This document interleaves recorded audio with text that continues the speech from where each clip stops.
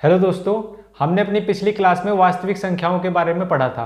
मैंने आपको पिछली क्लास में बताया था कि संख्या कितनी प्रकार के होते हैं। फिर मैंने आपको बताया था कि अभाज्य गुणनखंड विधि से एचसीएफ एलसीएम कैसे निकालते हैं।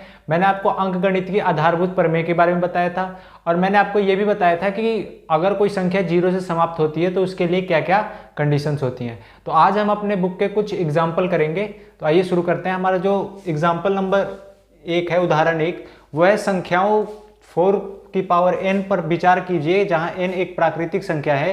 जांच कीजिए कि क्या n का कोई ऐसा मान है जिसके लिए 4 की घात n अंक शून्य पर समाप्त होता है। हमें बताना है कि क्या 4 की पावर n मतलब 4 की घात n क्या कभी शून्य पर समाप्त होगा या नहीं।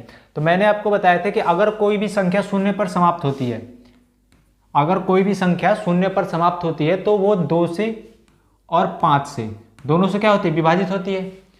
ये बताया था मैंने आपको। जैसे मैंने आपको एक उदाहरण भी दिया था कि 10 को क्या लिख सकते हैं हम, 2 गुणे 5 ये लिख सकते हैं। तो ये जीरो से समाप्त हो रही, ये संख्या जीरो से समाप्त हो रही है तो ये 2 से भी विभाजित है और 5 से भी विभाजित है। मतलब इसका जब हम गुणनखंड करेंगे तो उसमें 2 और 5 दोनों आएगा। तो अगर 4 की पावर n शून्य पर समाप्त होगा तो इसके गुणनखंड में क्या क्या आएगा, 2 और 5 दोनों आएगा, या 2 और 5 से क्या होगा, दोनों विभाजित होगा। तो अगर हम इसका गुणनखंड निकालें, हमारे पास क्या है, 4 की घात n। अगर हम इसका गुणनखंड निकालें तो क्या आएगा, इसको क्या लिख सकते हैं हम, 2 गुणे 2 की पावर n ये लिख सकते हैं। अब यहाँ आप देखिए, या इसको और भी एक लिख सकते हैं, 2 की पावर 2 की घात 2n ये लिख सकते हैं, क्योंकि दो बार है। अब देखिए, अगर ये शून्य से समाप्त होता तो इसके गुणनखंड में 5 भी होना चाहिए था, लेकिन 5 तो है ही नहीं, तो ये शून्य से समाप्त नहीं होगा। ये 5 से क्या होना चाहिए था, विभाजित, लेकिन ये 5 से विभाजित नहीं होगा तो ये शून्य से समाप्त नहीं होगा। तो लिखेंगे, अगर या यदि कोई संख्या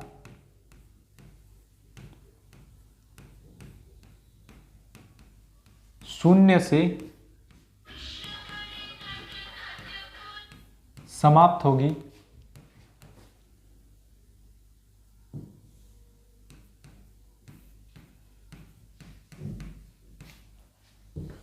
तो वो किस किस से विभाजित होगी, 2 से और 5 से। तो वह 2 और 5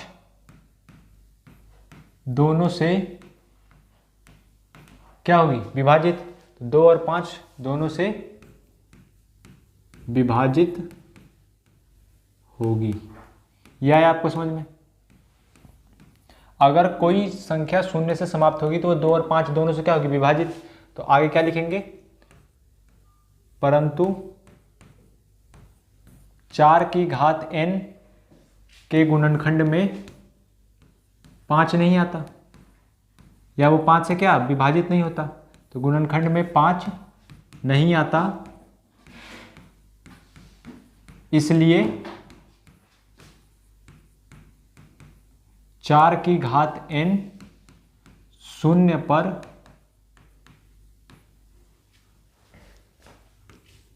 समाप्त नहीं होगी। इसलिए जो 4 की पावर n है वो किसी भी संख्या n के लिए शून्य पर समाप्त नहीं होगा, समाप्त नहीं होगा।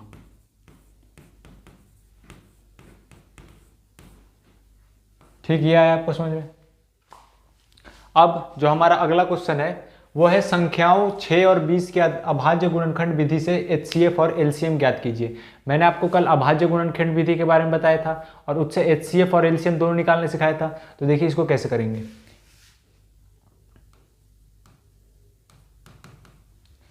6 है, 6 का पहले हम क्या निकाल लेंगे, गुणनखंड। 6 का जब गुणनखंड निकालेंगे तो क्या आएगा, 2 एक बार है तो क्या लिख सकते हैं, 2 की पावर 1 गुना 3 की पावर 1 ये लिख सकते हैं। ऐसे हम किसका गुणनखंड निकालेंगे, 20 का। जब 20 का निकालेंगे गुणनखंड क्या आएगा, ये आएगा। 2 कितनी बार है, 2 बार, तो 20 2 की घात 2 गुणे 5 कितनी बार है, 1 बार, तो 5 की घात 1। अब जब हम एचसीएफ निकालते हैं तो एचसीएफ कैसे निकालते हैं, मैंने क्या बताया था आपको, एचसीएफ होता है जो अभाज्य संख्या दोनों में क्या है, कॉमन है। मतलब जो दोनों में कॉमन आता है वो क्या होता है, HCF हमारा। तो दोनों में कॉमन है जो वो क्या है, 2 की पावर 1। दोनों में जो सामान्य अव्यय है वो क्या है, 2 की पावर 1।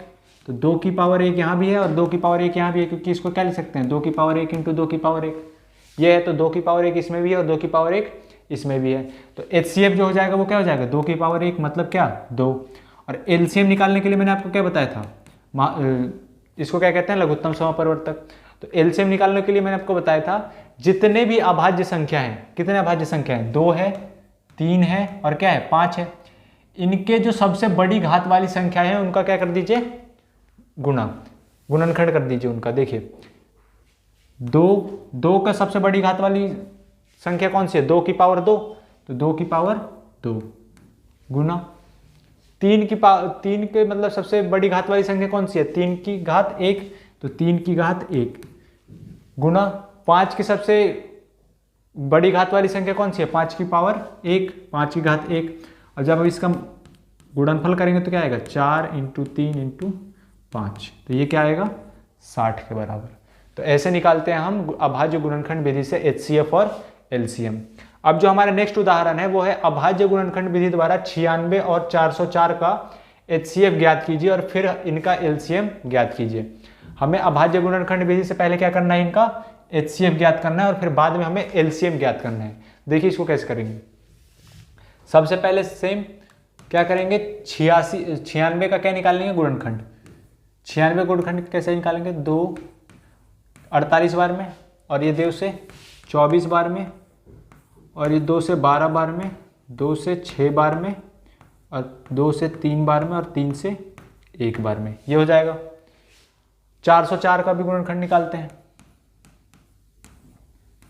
2 से 202 और ये 2 से कितने बार में जाएगा, 101।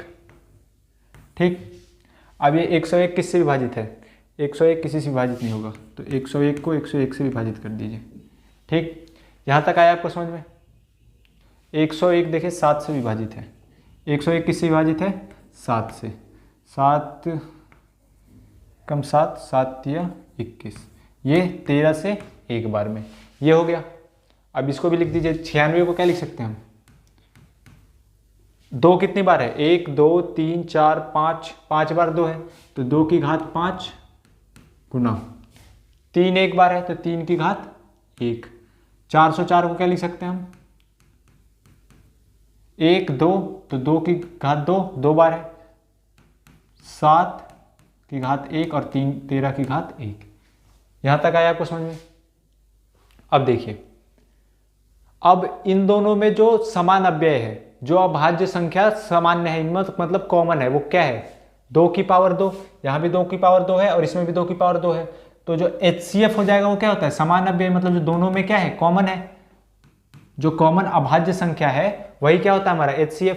तो 2 की पावर 2 क्या हो जाएगा यहाँ, HCF, मतलब 4 क्या हो गया आपका HCF।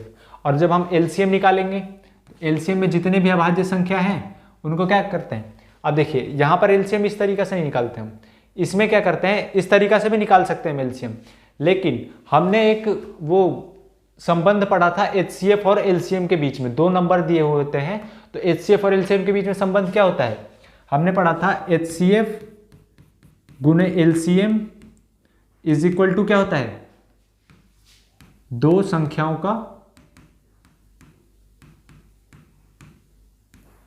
गुणनफल। ये पढ़ा था हमने कल, मैंने आपको पिछली क्लास में बताया था कि ये क्या होता है, 2 संख्याओं के लिए होता है सिर्फ। तो हमारे पास HCF हमने क्या निकाल लिया है, 4, LCM हमें निकालना है, और 2 संख्या कौन कौन सी दी हुई है, 96 और 404, तो 96 और 404, इनका क्या कर दिया हमने, गुणनफल। अब ये देखिए 4 क्या है, इधर गुणा में इधर आएगा तो डिवाइड में आ जाएगा, भाग में आ जाएगा, तो क्या लिख देंगे इसको, 96 गुने 404 और बटे में 4, यह है क्वेश्चन में। अब ये 4 से कितने बार में कट जाएगा, 24 बार में क्या हो जाएगा, कट जाएगा। अब 404 इंटू 24 आप जब करेंगे तो ये आएगा 9696। तो हमारा जो LCM आ गया वो क्या आ गया, 9696। हमने पहले अभाज्य गुणनखंड विधि से क्या निकाल लिया, HCF, और HCF निकालने के बाद हमें पता है कि दो संख्याओं के HCF और LCM के बीच का संबंध क्या होता है। हमें पता है कि HCF गुना LCM इज इक्वल टू दो संख्याओं का क्या होता है, गुणनफल। तो वहां से हमें HCF पता था, हमने क्या निकाल लिया, LCM। अब जो हमारा अगला उदाहरण है, उदाहरण 4, वह है संख्या 6, 72 और 120 का अभाज्य गुणनखंड विधि द्वारा HCF और LCM ज्ञात कीजिए। हमने अभी तक दो नंबर्स मतलब दो संख्याओं का सिर्फ वो निकाला था, HCF और LCM। अब इसमें क्या करेंगे, हम 3 नंबर्स का HCF और LCM निकालेंगे। देखिए इसको भी सेम उसी तरीका से करेंगे। हमारे पास क्या है, पहला नंबर 6, तो 6 का गुणनफल लिखिए। क्या लिख सकते हैं इसको, 2 की पावर 1 और 3 की पावर 1, ये लिख सकते हैं। 72 को कैसे, 72 का पहले क्या निकालिए, गुणनखंड, 2 से 36 बार में, 2 से 18 बार में, और ये 2 से 9 बार में, 3 से 3 बार में, और 3 से 1 बार में। तो इसको क्या लिख सकते हैं, 2 की पावर 2 की घात 3। 72 को क्या लिख सकते हैं, 2 की घात 3 गुने 3 की घात 2, ये लिख सकते हैं। अब देखिए 120 को क्या लिखेंगे, जब हम 120 का गुणनखंड निकालेंगे तो 2 से 60 बार में, 2 से 30 बार में, 2 से 15 बार में, और ये 3 से 5 बार में, और ये 5 से 1 बार में, ये आएगा। अब देखिए तो 120 को क्या लिख सकते हैं हम, 2 की घात 3, मतलब 2 3 बार है तो 2 की घात 3, 3 कितनी बार है, 1 बार, तो 3 की घात 1, और 5 कितनी बार है, 1 बार, तो 5 की घात 1, ये हो गया। अब जब हम HCF निकालते हैं तो मैंने आपको क्या बताया था, जो तीनों में अभाज्य संख्या कॉमन हो उनका क्या करते हैं हम, गुणनफल। मतलब तीनों में जो सामान्य अव्यय है, मतलब सामान्य है अभाज्य संख्या, कौन कौन सा है, देखिए 2 की पावर 1 इसमें भी है, इसमें भी 2 की पावर 1 होगा, और इसमें भी क्या होगा, 2 की पावर 1, तो एक तो 2 की पावर 1 क्या है, कॉमन है, गुना, और देखिए एक और जो संख्या है वो कॉमन है, कौन सा, 3 की पावर 1, तो 3 की पावर 1, 3 की पावर 1, 3 की पावर 1, 3 की पावर 1 क्या है, दोनों में कॉमन, तो इसका क्या कर देंगे, गुण, इसका इन दोनों क्या कर देंगे, गुणनफल। तो 3 2 जा क्या आ जाएगा यहाँ पर 6, मतलब 6 आ गया। तो HCF क्या हो गया हमारा 6। अब LCM निकालने के लिए मैंने आपको बताया था, जितने भी अभाज्य संख्या है उनके जो बड़ी घात वाले संख्या है उनको क्या कर देंगे, आपस में गुणनफल। इसमें जो अभाज्य संख्या है वो कौन कौन सा है, 2 है, 3 है और 5 है। 2 का जो सबसे बड़े घात है वो कौन सा है, 2 की पावर मतलब 2 का घात 3 है, तो 2 का घात 3 गुना 3 का जो सबसे बड़े पावर का है वो क्या है, 3 की पावर 2, ठीक। और जो 5 का है वो क्या है, 5 की पावर 1, ये है। तो सबसे बड़ी घात वाले क्या होता है, गुणनफल, वही होता है LCM। तो ये क्या आ जाएगा, 8 9 और ये 5, ये आ गया। यह आ जाएगा आपका 72 × 5, 7 5 जा 35 और 1 36, ये कितना आ गया 360। तो जो LCM आ गया वो आपका क्या आ गया 360। तो 3 नंबर का जो LCM और HCF होता है अभाज्य गुणनखंड विधि से भी ऐसे ही निकालते हैं। लेकिन आपको मैंने एक चीज़ बताया था कि जो HCF × LCM is equal to दो संख्याओं का जो गुणनफल होता है, ये संबंध सिर्फ किसके लिए होता है, ये सिर्फ 2 नंबर्स के लिए होता है, ठीक। 3 नंबर्स के लिए ये नहीं होता है, तो ये ध्यान रखिएगा, ये सिर्फ जो होता है ये क्या होता है, 2 नंबर्स के लिए होता है, ये 3 नंबर्स के लिए नहीं होता है। तो ऐसे ये हमने अभाज्य गुणनखंड विधि से 3 संख्याओं का क्या निकाल दिया, HCF और LCM। तो अब हम मिलते हैं अपने अगली क्लास में। अगली क्लास में हम करेंगे इसके आगे की एक्सरसाइज। तो जय हिंद, मिलते हैं अगली क्लास में।